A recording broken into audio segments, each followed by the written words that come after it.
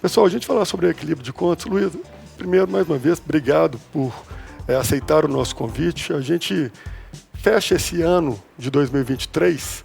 Qual o balanço que você faz da pasta? Você já passou aí pelo governo também no primeiro mandato, dizemos, há 4 anos, então você já dá continuidade aí agora. E antes da gente falar do futuro, dá para a gente uma visão do passado aí, desse último ano.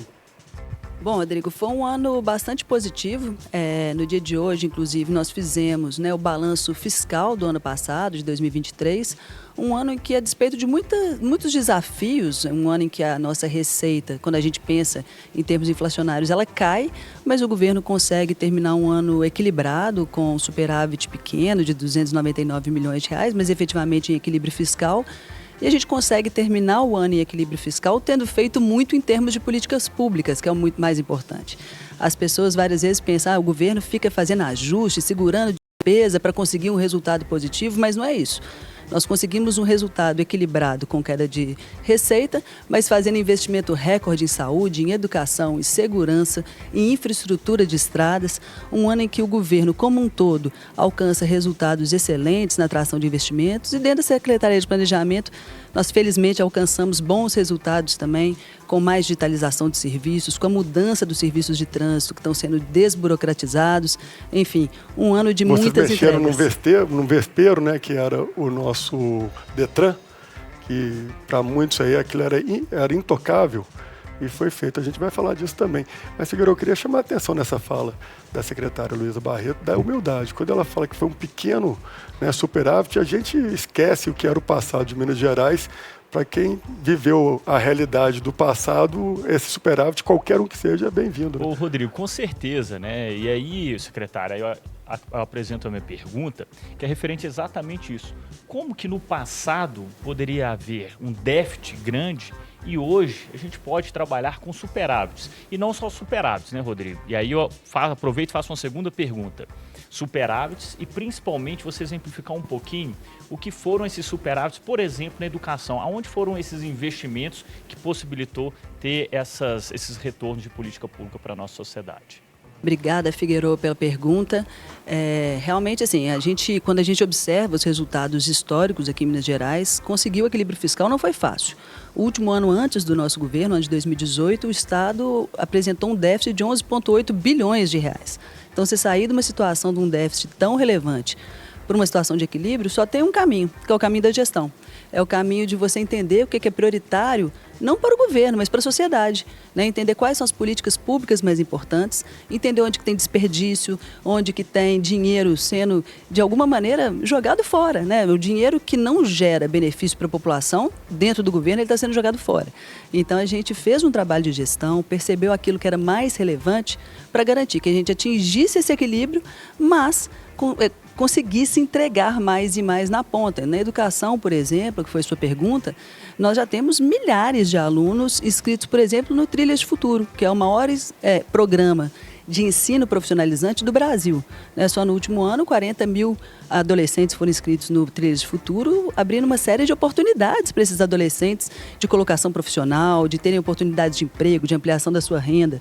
Foram mais de 1.000 escolas reformadas, mais de 1.600 escolas reformadas. A gente hoje efetivamente tem as crianças estudando em escolas bem equipadas, com internet de qualidade, internet Wi-Fi nas escolas, material didático, merenda de qualidade e ainda por cima abrindo esse tipo de oportunidade como no Trilhas de Futuro. Muito bem, Ketzmann. Boa noite, secretária. Obrigado pela presença. É uma pena não estar aí pessoalmente. Eu tive dando uma olhada com bastante cuidado, uma olhada bem criteriosa nos números divulgados pelo governo, e me chamou a atenção 2 rubricas que são as mais importantes, ou das mais importantes para um país e para toda a população, que é justamente a educação, que a senhora acabou de falar, mas também a saúde. Eu queria saber o seguinte, esses números que Minas apresentam, são números tão bons, eles estão acima do que preconiza a lei, eles estão acima do que a Constituição obriga? É mérito de Minas ou a gente está mais ou menos na média dos outros estados? Porque realmente a mim me surpreende ver esse tipo de investimento em áreas tão fundamentais para a sociedade. Saúde e educação, né, Keto? Obrigada, Ricardo. Isso, são números muito robustos, sabe, Rodrigo? Me parece que Minas consegue estar bem acima do patamar dos outros estados, mas como eu não tenho certeza disso, eu queria saber. Perfeito, Ricardo. Obrigada pela pergunta. Boa noite, um prazer falar com você. Bom, Ricardo, efetivamente, a gente está um pouco acima do limite constitucional. Nossos investimentos em saúde e educação cresceram bastante acima da inflação aqui em Minas Gerais. E a gente tem um ponto que é um diferencial da nossa gestão. Antes, quando se falava desse mínimo que é constitucionalmente definido... 12%, né? 12% na saúde e 25% da receita de impostos na educação. O que o Estado fazia? O Estado fazia o empenho, né, que é falava que ia fazer a despesa, mas essa despesa não era efetivamente executada, não era efetivamente paga. Hoje, quando a gente olha os investimentos de Minas Gerais na saúde e na educação, eles são pagos. Quando eu falo que eu fiz que nós fizemos um gasto recorde, é efetivamente pago, não é despesa projetada, não é despesa que vai ser executada nos próximos anos.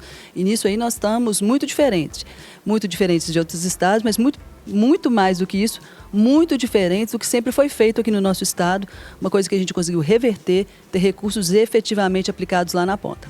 A matemática é uma coisa muito exata e a gente sabe que a gestão pública se assemelha muito àquilo que a gente faz no orçamento doméstico. Se entrar X, você tem X para gastar, não adianta você querer gastar Y. E eu queria entender um pouco melhor como que é feito esse controle dessas despesas, secretário. E principalmente aquela pessoa que nos ouve, às vezes enxerga um superávit e fala, mas para que o governo está dando lucro? Né? Fica parecendo que vocês pegam o dinheiro, colocam, aplicam e aquilo não volta em formas de retorno para a população direta através de serviços e prestação de, melhorias aí na infraestrutura e tudo mais. Como que foi feito esse controle? E, de fato, se o governo dá esse lucro, você tem uma liberdade maior para poder investir em áreas onde você enxerga que é importante ou aquilo já vem um pouco engessado e você não consegue ter tanta flexibilidade assim? Rodrigo, sua pergunta é muito importante. Acho que o primeiro ponto é por que é importante ter superávit, né, ou ter uma situação de equilíbrio. Efetivamente, o governo não é feito para dar lucro. Mas no nosso caso, a gente tem uma série de passivos a pagar, que a gente precisa dessa sobra para pagar passivo. Quando a gente chegou ao governo, a gente tinha uma dívida de 7 bilhões de reais em ICMS e recurso de Fundeb não repassados às prefeituras, essa já foi quitada, mas nós ainda estamos quitando 2 passivos, que são o passivo da saúde, que não tinha sido repassado para os municípios, um passivo de depósitos judiciais, que tinham sido apropriados do Tribunal de Justiça. Então, são passivos que a gente está pagando, e se a gente não tem uma sobra, a gente não consegue sequer pagar as dívidas. Então, a gente precisa efetivamente de ter esse controle. Né? E, de fato, o orçamento do governo é igual ao orçamento nosso de casa. É o que a gente ganha, né? A gente tem que fazer com que nossas despesas caibam dentro daquilo que a gente ganha. E aqui em Minas Gerais, nós tivemos a implantação de uma metodologia que nós fomos os primeiros no Brasil a adotar, nunca tinha sido adotado em setor público por ninguém, que chama Orçamento Base Zero. É uma metodologia que empresas aplicam muito, em governos nunca se aplicou. Que ela faz o seguinte, ela paga todo o orçamento, ao invés de falar assim, vou aplicar a inflação para o próximo ano e vou levando os desperdícios que existem no orçamento ano após ano. Aqui a gente limpou o nosso orçamento e começou a observar cada item de despesa. E aí, para definir o orçamento do próximo ano, qual despesa vai ser incluída e qual não vai ser incluída, a gente avalia qual que é o benefício que essa despesa gera para as pessoas. Porque várias vezes tem uma despesa que pode ser até interessante, pode ser, né, pode fazer sentido às vezes para o secretário da pasta, mas que efetivamente ela não gera benefício nenhum para a população. Esse tipo de despesa a gente foi cortando, contingenciando e liberando recurso para aquilo que gera melhoria na vida das pessoas.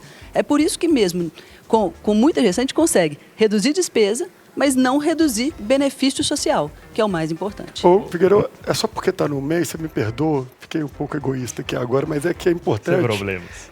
Luiz, eu vejo que essa metodologia, além dessa, outras, foram implementadas pelo governo do governador Zema, e dentro da sua pasta existe aí uma forma mais moderna de gestão pública, pelo que você apresenta. E vocês cuidam, além da população, de 853 municípios, com todos os níveis de gestão pública, né, principalmente nesse volume, eu imagino que vocês encontram de tudo um pouco.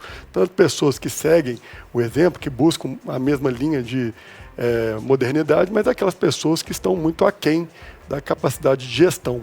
Existe alguma forma da Secretaria conectar direto às prefeituras para dar a eles também uma oportunidade deles irem se adequando aos seus orçamentos para que eles possam usar como espelho o que é feito no Estado?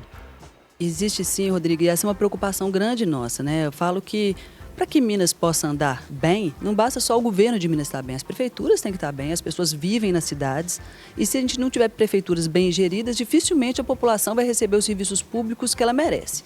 Então, a gente busca apoiar as prefeituras em ações diversas. Nós hoje somos uma referência muito grande, por exemplo, nas compras públicas. Então, nós inauguramos um programa de treinamento, a gente capacita prefeituras em compras públicas já há algum tempo. Amanhã mesmo, de manhã, meu primeiro compromisso é capacitar 100 prefeituras em compras públicas por conta da nova lei de licitações e contratos. Temos fazendo isso agora em governo digital, levando mais digitalização para as prefeituras, para a prestação melhor de serviços, apoiamos com as boas técnicas orçamentárias, enfim, estamos o tempo todo olhando os municípios, entendendo como que a gente pode ajudar, seja junto com a Associação Mineira de Municípios, enfim, para que a gente consiga trazer todo mundo para essas boas práticas de gestão e gerar mais benefícios para a população. Rodrigo, aproveitando até uma fala da secretária sobre a comparação, né, com o orçamento do Estado e o orçamento nosso, pessoal. Doméstico. Eu acho que o do Estado é até pior, né, Rodrigo? Principalmente do Estado de Minas Gerais, estados em si, porque dentro da discussão do federalismo ele está na bola dividida, né? Inclusive, aí entra a minha pergunta, secretário, como que vocês conseguiram equilibrar essas contas diante de reajustes de alíquotas tributárias que vêm da União, impostos pela União e que recaem no colo do Estado, que tem que fazer o equilíbrio aí dos pratinhos, né, Rodrigo? Principalmente para garantir as políticas Aí públicas. inclui, fala da reforma tributária também, do que ela pensa sobre... E também sobre, né, a questão centralizou mais ainda em Brasília o poder, né? Exatamente. Aproveitando a pergunta do Rodrigo também, qual que é a sua opinião sobre a reforma tributária? Bom, não tenho dúvida de que cada vez mais o dinheiro deveria estar mais próximo das pessoas. Menos em Brasília e mais com municípios e estados. Até mais os municípios, né? Essa que eu ia fazer a pergunta. Até mais os municípios ou do Estado? Qual que é a sua Muito opinião? mais os municípios. As principais políticas públicas que afetam a vida das pessoas estão nos municípios, né? A saúde básica, o posto de saúde, a unidade de pronto atendimento são dos municípios. A escola básica é dos municípios. Então, a mobilidade urbana depende dos municípios. É importante que o dinheiro esteja onde a política pública está. Não adianta a gente concentrar dinheiro em Brasília que nós vamos ser pouco eficientes nessa alocação. Então, é fundamental que a gente tenha uma lógica mais, né, de distribuição melhor. Agora, em relação ao orçamento, essa lógica de gestão, é muito essa visão, né, de entender prioridades e entender que a gente tem que lidar com o que vem, porque nós não temos o controle de tudo. Nesse ano de 2023, nós tivemos efetivamente, quando a gente olha a receita corrente líquida do Estado em 23 e compara com 22, a gente cresce menos do que a inflação, ou seja, a gente tem uma perda. A gente perde receita no ano de 2023 por conta de duas leis complementares federais que mudaram as alíquotas de alguns impostos, sobretudo o ICMS dos combustíveis, da energia elétrica, das telecomunicações, afetaram enormemente a arrecadação do Estado. Não que a gente não entenda, né, que as pessoas devem pagar cada vez menos impostos, a gente sabe que o cidadão paga muito caro, né, gasta muito dinheiro com impostos para receber serviços pouco eficientes. Agora, o papel do gestor público é não só reclamar quando essas coisas acontecem, mas mais do que tudo, trabalhar. A gente tem que trabalhar para ver o que pode ser feito. Se eu tenho menos recurso, eu tenho que ser mais assertiva, eu tenho que escolher melhor com o que gastar, que foi o que nós fizemos. Então, vários gastos deixam de ser feitos e a gente preserva aqueles gastos que geram mais benefício social.